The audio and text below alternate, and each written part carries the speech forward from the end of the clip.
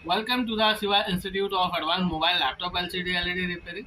दोस्तों, आज मेरी लैपटॉप रिपेयरिंग की क्लास के अंदर मैं आपको जानकारी दूंगा कि जब हमारे पास कोई लैपटॉप मदरबोर्ड आता है तो कैसे हमने अपने लैपटॉप में आरटीसी सेक्शन को चेक करना है और मल्टीमीटर के द्वारा और डीएसओ की मदद से। और जो हमारे लैपटॉप के अंदर हमारी ईसी बायोस होती है उसके अंदर हमारे डीएसओ पे क्या मेजरमेंट होते हैं वो मैं चेक करके दिखाऊंगा, यानी कि एक बेसिक क्लास है।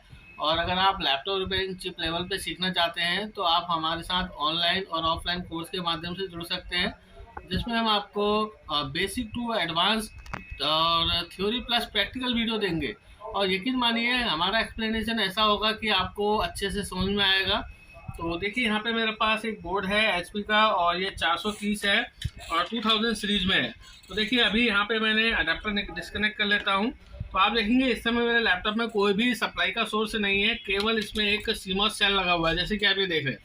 और आप देखेंगे यहाँ पे ये मेरा पीसीएच लगा हुआ है और पीसीएच के साथ यहाँ पे एक 32.76 किलोवाट का क्रिस्टल लगा हुआ है। मैं चाहूँगा कि आप इसे थोड़ा सा जूम करके दिखाएं। देखेंगे इसमें 4 पोल देखने को मिल रहे हैं, लेकिन जो 2 पोल हैं इसके वो ग्राउंड के साथ लगे हुए हैं और क्रिस्टल का एक इन होता है और एक आउट होता है, जो कि हमारे पीसीएच से कनेक्ट है। और आप देखेंगे ये हमारा सीमॉस सेल है। अगर आप देखेंगे सीमॉस है, इसको हम आरटीसी सेक्शन भी कहते हैं। अगर यहाँ पे हमको फ्रिक्वेंसी मिल रही है डीएसओ में तो इसका मतलब है मेरा आरटीसी सेक्शन पीसीएच के लिए आरटीसी रीसेट, एसआरटी रीसेट और इंट्रूडर और इंटरवीमेंट की सप्लाई इसको दे रहा है, तभी मेरी यहाँ पे 32.76 किलोवाट की फ्रिक्वेंसी बन रही है। तो देखिए, सबसे पहले मैं आपको इस सीमॉस सेल की वोल्टेज को चेक कराऊंगा मल्टीमीटर से। तो मैं मल्टीमीटर को वोल्टेज रेंज पे रखता हूँ और आप देखेंगे यहाँ पे मुझे बैटरी में 3.3 वोल्ट मिल रहा है। और आप देखेंगे जब मैं मल्टीमीटर के द्वारा इस क्रिस्टल को चेक करता हूँ तो यहाँ पे मुझे क्या देखने को मिलता है। देखिए, क्रिस्टल में एक्चुअली में जो क्रिस्टल की टेस्टिंग है वो डीएसओ की मदद से है, लेकिन मल्टीमीटर से हम थोड़ा अंदाज़ा ले सकते हैं कि क्रिस्टल मेरा काम कर रहा है कि नहीं कर रहा। जैसे कि देखेंगे ये 0.31 की वोल्टेज दे रहा है यहाँ पे, और अगर मैं दूसरे पॉल पे लगाऊं तो आप देखेंगे ये 0.23 दे रहा है। तो इसका मतलब वोल्टेज का कुछ डिफरेंस यहाँ पे आपको मिलेगा। देखिए, यहाँ पे मिल रहा है 0.31 और यहाँ पे मिल रहा है आपको 0.23, यानी कि दोनों तरफ में वोल्टेज का डिफरेंस है। तो मैं कह सकता हूँ कि मेरा क्रिस्टल काम कर रहा है, लेकिन क्रिस्टल 32.76 किलोवाट की फ्रिक्वेंसी निकाल रहा है कि नहीं निकाल रहा है ये मैं मल्टीमीटर से मेजर नहीं कर सकता। इसके लिए मुझे डीएसओ की ज़रूरत पड़ेगी। तो मैं डीएसओ की एक वायर को ग्राउंड पे लगा लेता हूँ। देखिए, यहाँ पे मैं एक तार को ग्राउंड पे लगा लेता हूँ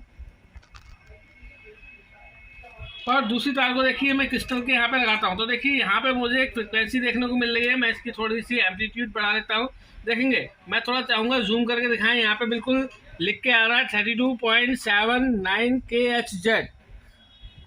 तो इसका मतलब है मेरा एक क्लॉक बन रहा है। और मैं दूसरी लेग में भी लगा के दिखाता हूँ क्रिस्टल की। देखिए, दोनों तरफ मुझे ये 32.76 किलोवाट की फ्रिक्वेंसी मेजरमेंट। देखिए, यहाँ पे मैं आपको इसका ये दिखाता हूँ। ये देखिए, एम्पलीट्यूड बढ़ा लेते हैं इसके।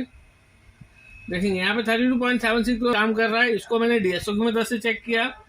और साथ के साथ मैं आपको दिखाऊंगा कि इस लैपटॉप के अंदर 2 बायोस लगी हुई है।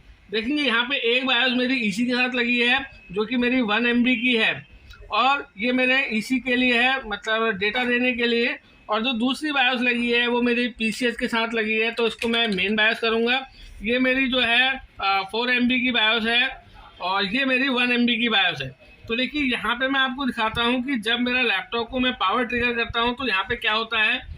जैसे कि मैं अपनी पहले की क्लास में बता चुका हूँ, जो मेरी बायोस में 8 पिनें हैं, इसकी जो पहली पिन होती है हमारी CE होती है, यानी कि चिप इनेबल, या फिर हम चिप सेलेक्ट भी कह सकते हैं। और जो पिन नंबर 2 है सीरियल डेटा आउट है, यानी कि ये हमारे IO के लिए या फिर EC के लिए डेटा देता है। और जो हमारी पिन नंबर 3 है वो WP है, यानी कि राइट प्रोटेक्ट। पिन नंबर 4 मेरी ग्राउंड की है। और पिन नंबर जो 5 है मेरी ये सीरियल इनपुट है, यानी कि ईसी के द्वारा इस IO को एक सिग्नल दिया जाता है और उसके बाद जो IO के अंदर प्रोग्राम होता है वो मेरी पिन नंबर 2 से आउट होकर मेरे IO को मिलता है। और उसके बाद जो पिन नंबर 6 है वो मेरा क्लॉक का है और पिन नंबर जो 7 है वो मेरा होल्ड का है और पिन नंबर 8 मेरा VDD है, यानी कि सप्लाई का। तो देखिए, सबसे पहले मैं आपको मल्टीमीटर के द्वारा जो इस बायोस के अंदर सप्लाई पिन है, देखिए सबसे पहले पिन नंबर 8 को अगर मैं चेक कराता हूँ तो मैं मल्टीमीटर को वोल्टेज रेंज में रखता हूँ और एक तार को मल्टीमीटर की ग्राउंड पे रख लेता हूँ।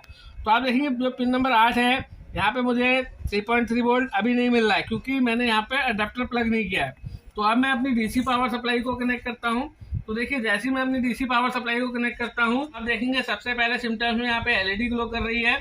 और अब आप देखेंगे जो इसकी बायोस है, जो ईसी बायोस, इसको मैं ईसी बायोस कहूँगा। इसकी पिन नंबर 8 पे आप देखेंगे यहाँ पे मुझे 3.3 वोल्ट मिल रहा है। देखेंगे ये इसकी सप्लाई पिन है। और जो पिन नंबर 7 है, जैसे कि मैंने आपको बताया था, पिन नंबर 7 हमारा होल्ड हैश होती है। यहाँ पे इसको डिसेबल करके रखा गया है 3.3 वोल्ट देके। और आप देखेंगे ये जो हमारी पिन नंबर 6 है, ये हमारी क्लॉक की है। यहाँ पे कोई वोल्टेज देखने को नहीं मिलेगी, यहाँ पे डेटा बनता है। और जो पिन नंबर 5 है हमारी सीरियल इनपुट होती है, यहाँ पे भी डेटा बनता है, इसलिए वोल्टेज नहीं है। पिन नंबर 4 आपको मैंने बताया ग्राउंड की होती है। और जो हमारी ये पिन नंबर 3 है, यहाँ पे भी मुझे कोई वोल्ट नहीं मिल रही। हालांकि यहाँ पे 3.3 वोल्ट मिलना चाहिए था क्योंकि ये राइट प्रोटेक्ट है, लेकिन कंपनी के डिजाइन के अकॉर्डिंग यहाँ पे वोल्टेज नहीं है। फिर उसके बाद जो पिन नंबर 2 है, इसमें 1.27 देखने को मिल रहा है। तो इसका मतलब ये है कि हमारा सीरियल आउट है। और पिन नंबर 1 जो है मेरा चिप सेलेक्ट या चिप इनेबल, यहाँ पे आप देखेंगे 3.3 वोल्ट देखने को मिल रहा है। लेकिन जब ये मैं सिस्टम को ऑन करूंगा तो यहाँ पे हाई लो हाई का सिग्नल मिलेगा। तो अब मैं डीएसओ के द्वारा इसको चेक करके दिखाता हूँ। तो देखिए सबसे पहले मैं इसकी पिन नंबर 1 को डीएसओ के द्वारा चेक कराऊंगा। मैं पावर बटन को ट्रिगर करता हूँ। तो जैसे ही मैं पावर बटन को ट्रिगर करता हूँ तो आप देखेंगे यहाँ पे मेरा डेटा बनने लग गया है चिप सेलेक्ट वाली पिन पे। इसको मैं थोड़ा सा ऑटो कर देता हूँ एक बार। देखिए यहाँ पे मेरा एक डेटा बनने लग गया है। मैं यहाँ पे मेजरमेंट में जाके इसको डिसेबल कर देता हूँ। देखेंगे यहाँ पे मेरा डेटा बन रहा है, यानी कि जो मेरी चिप सेलेक्ट की पिन है। और अगर मैं डेटा आउट वाली यानी कि पिन नंबर 2 पे दिखाऊँ आपको, देखिए यहाँ पे भी मुझे डेटा देखने को मिल रहा है। और पिन नंबर 3 जो कि मेरा राइट प्रोटेक्ट था, इसमें कुछ भी नहीं होगा। पिन नंबर 4 में भी कुछ नहीं होगा, पिन नंबर 5 में होगा। देखिए पिन नंबर 5 में हमारा क्या है, सीरियल इनपुट है जो आईओ के द्वारा इस बायोस को दिया जा रहा है। यहाँ पे भी डेटा बन रहा है ना। अब मेरा सिस्टम बंद हो गया है, मैं दोबारा से ट्रिगर कर देता हूँ। और उसके बाद आप देखेंगे पिन नंबर जो 6 है हमारी क्लॉक की, यहाँ पे भी डेटा बन रहा है। इसका मतलब पिन नंबर 1 और पिन नंबर 2, पिन नंबर 5 और पिन नंबर 6 में डेटा बन रहा है। पिन नंबर 3, पिन नंबर 7 और पिन नंबर 8 पे मुझे वोल्टेज मिल रहा है। तो इस तरीके से आपने अपने लैपटॉप मदरबोर्ड में ट्रेसिंग करनी है। और मैं आपको बेसिक टू एडवांस कंप्लीट बताऊंगा। और अगर आप हमारे साथ जुड़ते हैं तो प्ले स्टोर से एप्लीकेशन डाउनलोड कर सकते हैं शिवा ट्रेनिंग इंस्टीट्यूट के नाम से। और उसको देख के भी आप लैपटॉप रिपेयरिंग की चिप लेवल रिपेयरिंग कर सकते हैं। और आप अपने लिए 1000 रुपये से 2000 रुपये प्रतिदिन कमा सकते हैं। और तो जो मेरे चैनल पे नए हैं, मेरे चैनल को सब्सक्राइब कीजिए। और बिगनर स्टूडेंट के लिए मेरा चैनल बहुत हेल्पफुल है। मैं अपने जो कोर्स का लिंक है वो डिस्क्रिप्शन में डाल दूंगा, तो वहाँ से भी आप इसको डाउनलोड कर सकते हैं। और अगर आपको कोई भी प्रॉब्लम होती है तो आप मुझसे कॉल कर सकते हैं। मैं आपका जो भी आपकी प्रॉब्लम होगी उसका समाधान करेंगे मिलके। पूरा वीडियो देखने थैंक यू, धन्यवाद।